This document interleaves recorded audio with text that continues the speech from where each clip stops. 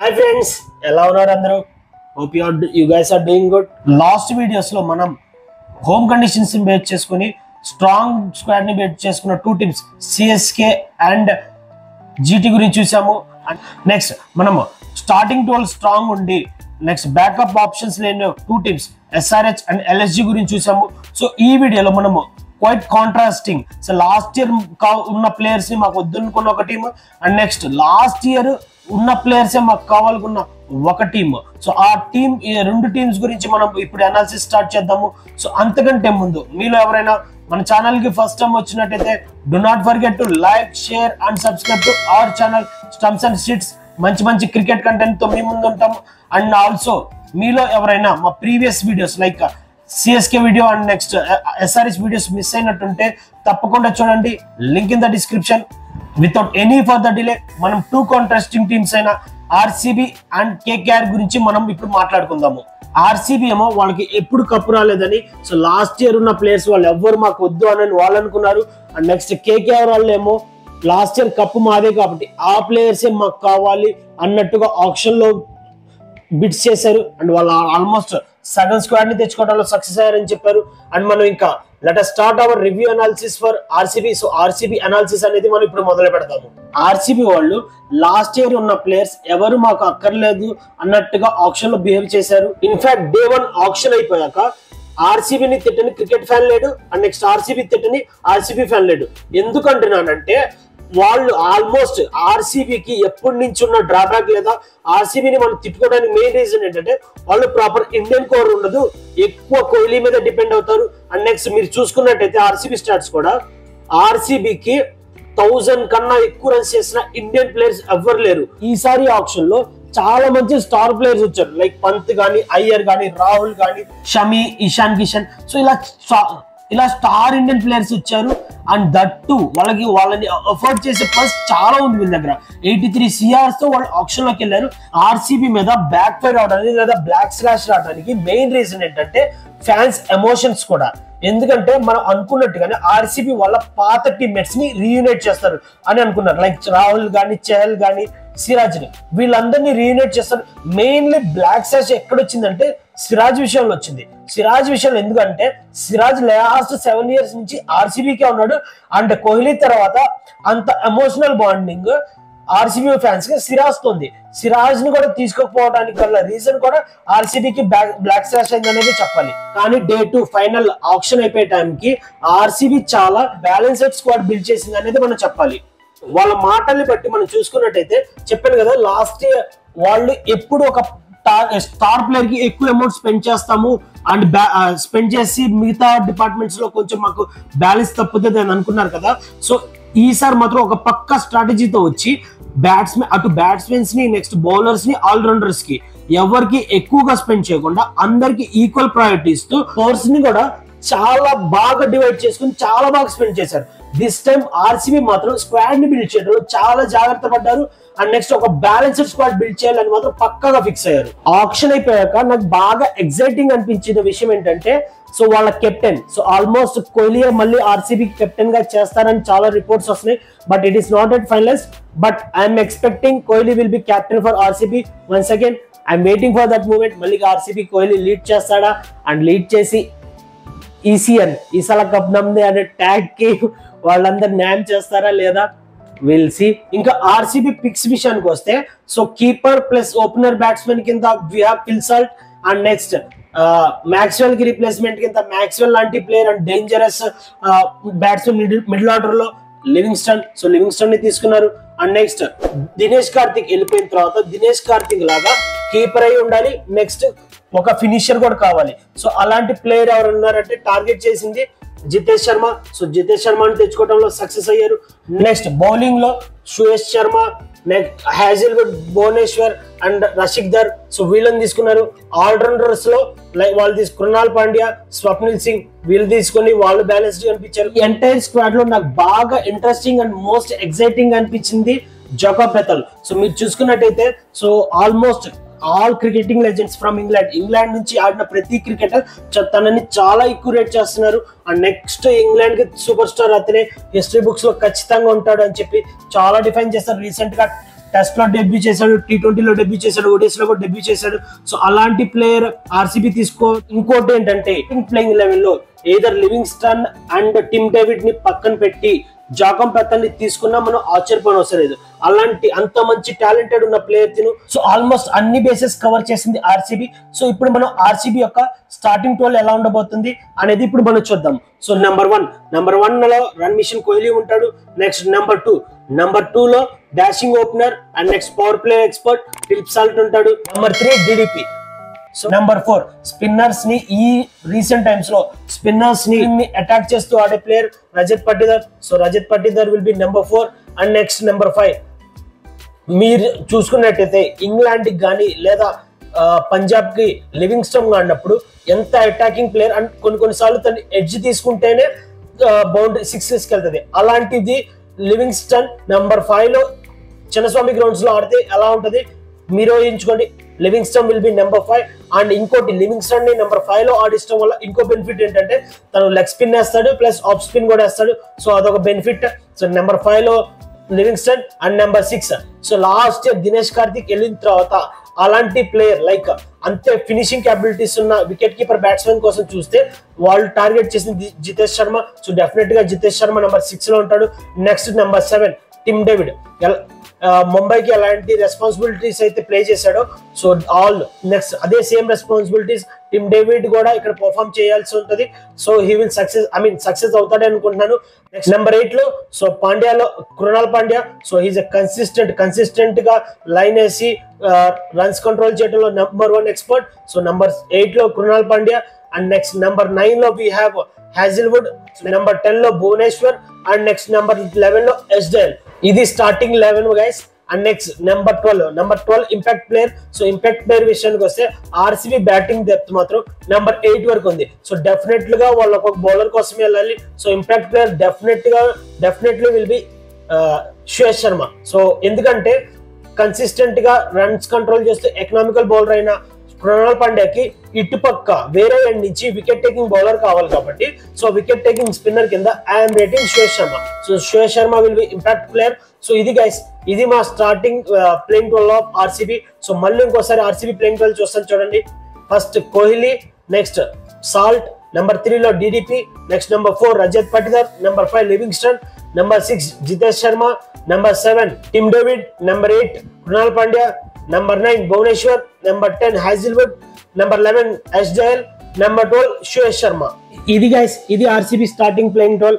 వీళ్ళే కాకుండా ఆర్సీబీకి backup options కూడా చాలా మంచిగా ఉన్నారు. సో మనం చూసుకున్నట్టయితే లివింగ్స్టన్ కి బ్యాకప్ కింద Jacob Bethell and next RCB pre option వీడియోలో మనం ఆల్రెడీ చెప్పాము నెంబర్ 5 లో కానీ నెంబర్ 7 లో కానీ so we need foreign finisher, we need to go for Marcus Stoinis లేదా రొమారియో షెపర్డ్ అని. అండ్ అప్పుడు మాకు ఒక కామెంట్ కూడా వచ్చింది రొమారియో షెపర్డ్ ఎందుకు బ్రో తను వేస్ట్ అసలు అని అన్నారు.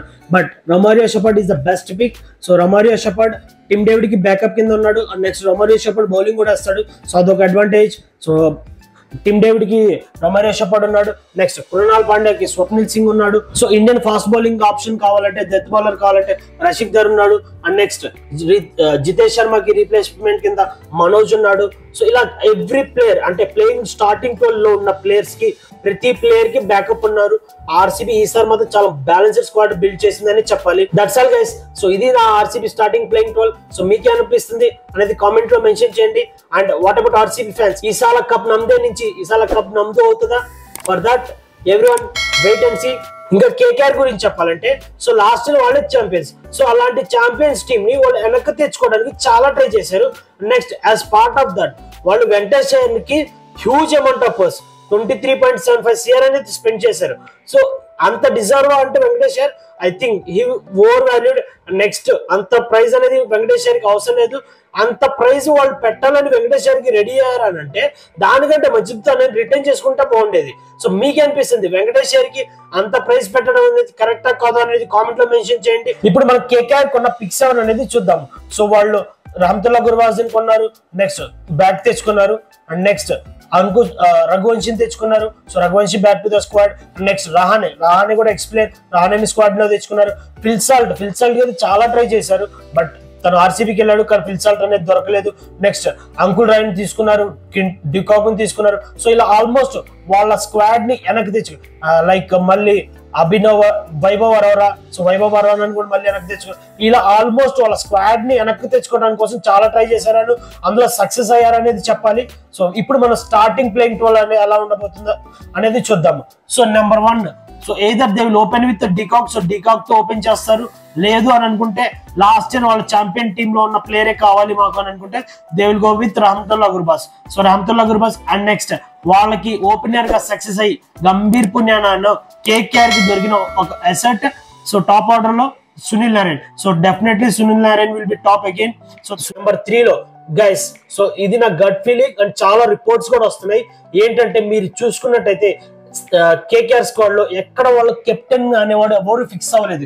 ఎందుకంటే వాళ్ళు చేసిన బిగ్గెస్ట్ బ్లండర్ నాకేమనిపించిందంటే వాళ్ళు వాళ్ళ స్క్వాడ్ ని రిటైన్ చేసుకోవటంలో చాలా కష్టపడ్డారు అండ్ చాలా సక్సెస్ అయ్యారు. అండ్ ఎందుకు వాళ్ళ ఛాంపియన్ స్క్వాడ్ ని రిటైన్ చేసుకొని అలా అదే టీం బిల్డ్ చేసుకోవాలనుకున్నప్పుడు why didn't they retain their captain? వాళ్ళ క్యాప్టెన్ ఎందుకు రిటైన్ చేసుకోలేదు? సో తనే కదా ఛాంపియన్షిప్ ని తీసుకొచ్చింది. They should have retain Shreyas Iyer.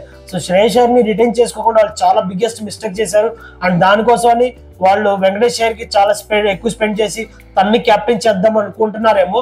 But as per as నాకు తెలిసినంత వరకు వెంకటేష్ అయ్యర్ని క్యాప్టెన్ చేయకుండా వాళ్ళు ఖచ్చితంగా నెంబర్ 3 లో రహానేని తీసుకొని రహానేని కెప్టెన్ చేస్తారు అని నాకు అనిపిస్తుంది. అండ్ నెక్స్ట్ చాలా రిపోర్ట్స్ కూడా వస్తున్నాయి. నెక్స్ట్ కేకేఆర్ కి will be the captain Rahane. 4 లో వెంకటేష్ అయ్యర్. ముందు తను ప్రైజ్ పెట్టారు 14 CR అని అనుకుంటే ఒక వెల్ అండ్ గుడ్, ఒక ఆల్రౌండర్ కాబట్టి, సో దట్టు ఇండియన్ ఆల్రౌండర్. తను పేస్ బౌలింగ్ వేస్తాడు, plus left hand batsmen top order లో ఆడాడు. నెక్స్ట్ కొన్నిసార్లు నెంబర్ 7 ఫినిషింగ్ లో కూడా ఆడాడు అని అనుకున్నా సరే 14 CR పెట్టడం తప్పలేదు అనిపించింది. సో ఇదే ఇప్పుడు కూడా 14 CR పెట్టుంటే సో బాగుండేదేమో. బట్ 23.75 CR స్పెండ్ చేయటం అనేది ఓన్లీ బ్యాట్స్మెన్, తన బౌలింగ్ కూడా వేయట్లేదు, అంత స్పెండ్ చేయడం అనేది కరెక్ట్ కాదు. సో తన నెంబర్ 4 తన ప్రైస్ ట్యాగ్ వల్ల తన బ్యాటింగ్ ఎంత ఎఫెక్ట్ అవుతుంది అనేది మనం చూడాల్సి ఉంటుంది. అండ్ నెక్స్ట్ మనం తప్పకుండా ఈ ప్లేయర్ ని వాచ్అవుట్ 2 లో కేకేఆర్ లో ఎవరు ఉన్నారంటే అది Venkatesh Iyer for this year. Next number 5 లో Rinku Singh. So recent times లో ది బెస్ట్ T20 బ్యాట్స్మెన్ ఎవరు ఉన్నారు అని అంటే అప్కమింగ్ ఫినిషర్ కూడా. సో నెంబర్ 5 లో రింకు సింగ్ వస్తాడు. Number 6 so deadliest striker of cricket ball Russell. So number 6 లో రసల్ ఉంటాడు. నెంబర్ 7 సో కేకేఆర్ రిటైన్ చేసుకున్న అన్క్యాప్డ్ ప్లేయర్స్ లో the best pick and the most worthy అనిపించింది Ramandeep Singh. And next recent గా తను ఇండియాకి డెబ్యూ కూడా చేశాడు. నెంబర్ 8 లో ఆల్రెడీ వాళ్ళు రిటైన్ చేసుకున్న ఇంకో uncapped player Harshit Rana. KKR కి లాంగ్ రన్ లో ఆడే ఇంకో player Harshit Rana. Next number 9 లో Indian spinner Varun Chakravarthy. Next number 10 లో వైభవ్ అరోరా. సో వైభవ్ అరోరా కూడా చాలా బాగా గ్రూమ్ అయ్యాడు. సో నెంబర్ 11 లో ఎయిదర్ వీ హ్యావ్ అంటే మనకు ఎయిదర్ స్పెన్సర్ జాన్సన్ కానీ హెన్రీ నోకియా కానీ ఉంటాడు. సో నేను అనుకోవటం ఏంటంటే లెఫ్ట్ హ్యాండ్ బౌలర్ కొద్దిగా ఎడ్జ్ ఉంటుంది కాబట్టి స్టార్టింగ్ ప్లేయింగ్ 11 లో వైభవ్ అరోరాతో పాటు నెక్స్ట్ మనకు 11th ఇంకో ప్లేయర్ 11 లో స్పెన్సర్ జాన్సన్ ఉంటారు అనుకున్నాం. ఇంపాక్ట్ ప్లేయర్ అనేది ఎవరో చూద్దాము. వరకు ప్లేయింగ్ లెవెల్ లో చూసుకున్నట్టయితే సో మనకు 3 ప్రాపర్ బౌలర్స్ ఉన్నారు. నెక్స్ట్ 2 స్పిన్నర్స్ ఉన్నారు. అండ్ నెక్స్ట్ రసల్ రూపంలో ఒక ఆల్రౌండర్ ఉన్నారు. సో 6 బౌలింగ్ ఆప్షన్స్ ఉన్నాయి. ఇంకో స్పిన్నర్ కావాలి అని అనుకుంటే either they can go for Mayank Markande. So Mayank Markande నేను తీసుకోవచ్చు, లేదా అంకుల్ రాయ్ కూడా ఉన్నాడు. ఇన్ కేస్ వాళ్ళకి Indian bowling option, speed bowling option కావాలని అంటే సో స్పీడ్ స్టార్ అయిన ఉమ్రాన్ మాలిక్ ఉన్నారు. అండ్ నెక్స్ట్ బ్యాటింగ్ రూపంలో ఇన్ కేస్ మనకు బ్యాట్స్మెన్ కావాలి, వికెట్స్ పడిపోయి దాని తర్వాత బ్యాటింగ్ లో ఒక ఇంపాక్ట్ ప్లేయర్ బ్యాట్స్మెన్ గా తీసుకోవాలనుకుంటే they can go for Manish Pandey. So impact player కి 5 ఆప్షన్స్ ఉన్నాయి. నెక్స్ట్ బ్యాకప్ విషయానికి వద్దాం. కాంట్రాస్టింగ్ అయినా సరే ఆర్సీబీ లేదా వీళ్ళు బ్యాకప్ ప్లేయర్స్ ని చాలా బాగా ప్లాన్ చేసుకున్నారు. ఎందుకంటే ఇప్పుడు మీకు చెప్తాను చూడండి, నారాయణ్ కి బ్యాకప్ ప్లేయర్ కింద మొయిన్ అలీ ఉన్నాడు. నెంబర్ 3 విషయానికి వస్తే నెంబర్ 2 రహమతుల్లా గుర్బాస్. సో మనకు రహమతుల్లా గుర్బాస్ లో ఆల్రెడీ వికెట్ కీపర్ మనకు డికాక్ ఉన్నాడు. సో తనకు బ్యాకప్ ఉన్నట్టే. Next number 3. సో ఇప్పుడు నెంబర్ 3 లో మన ప్లేయింగ్ లెవెల్ లో రహానే ఉంటాడు, captain Rahane. In case Rahane కాకపోతే నెంబర్ 3 ప్లేయర్స్ ఎవరు ఉన్నారో చెప్తాను చూడండి. మనీష్ పాండే ఉన్నాడు. నెక్స్ట్ రఘువంశీ ఉన్నాడు, రహానే. సో నెంబర్ 3 లో రహానే అయిపోయాడు. Next number 5 Indian finisher Rinku Singh కి. సో రింకు సింగ్ కి మన బ్యాకప్ ప్లేయర్ చూసుకుంటే ఒకవేళ ఇంజురీ అయిపోతే మనీష్ పాండేని ప్లేయింగ్ లో ఆడుతారు. సో తనకి బ్యాకప్ ఉన్నాడు. లేదా ఎప్పటి నుంచో కేకేఆర్ కి ఆడుతున్న అంకుల్ రాయ్ కూడా బ్యాకప్ కింద ఉంటాడు. లేదు రమణదీప్ సింగ్ కే బ్యాకప్ కావాలనుకున్నాం, సో రమణదీప్ సింగ్ కూడా బ్యాకప్ అంకుల్ రాయ్ ఉంటాడు. సో ఇలా బ్యాకప్ ప్లేయర్స్ కూడా చాలా బాగా ఉన్నారు అనేది చెప్పాలి మన కేకేఆర్ కి.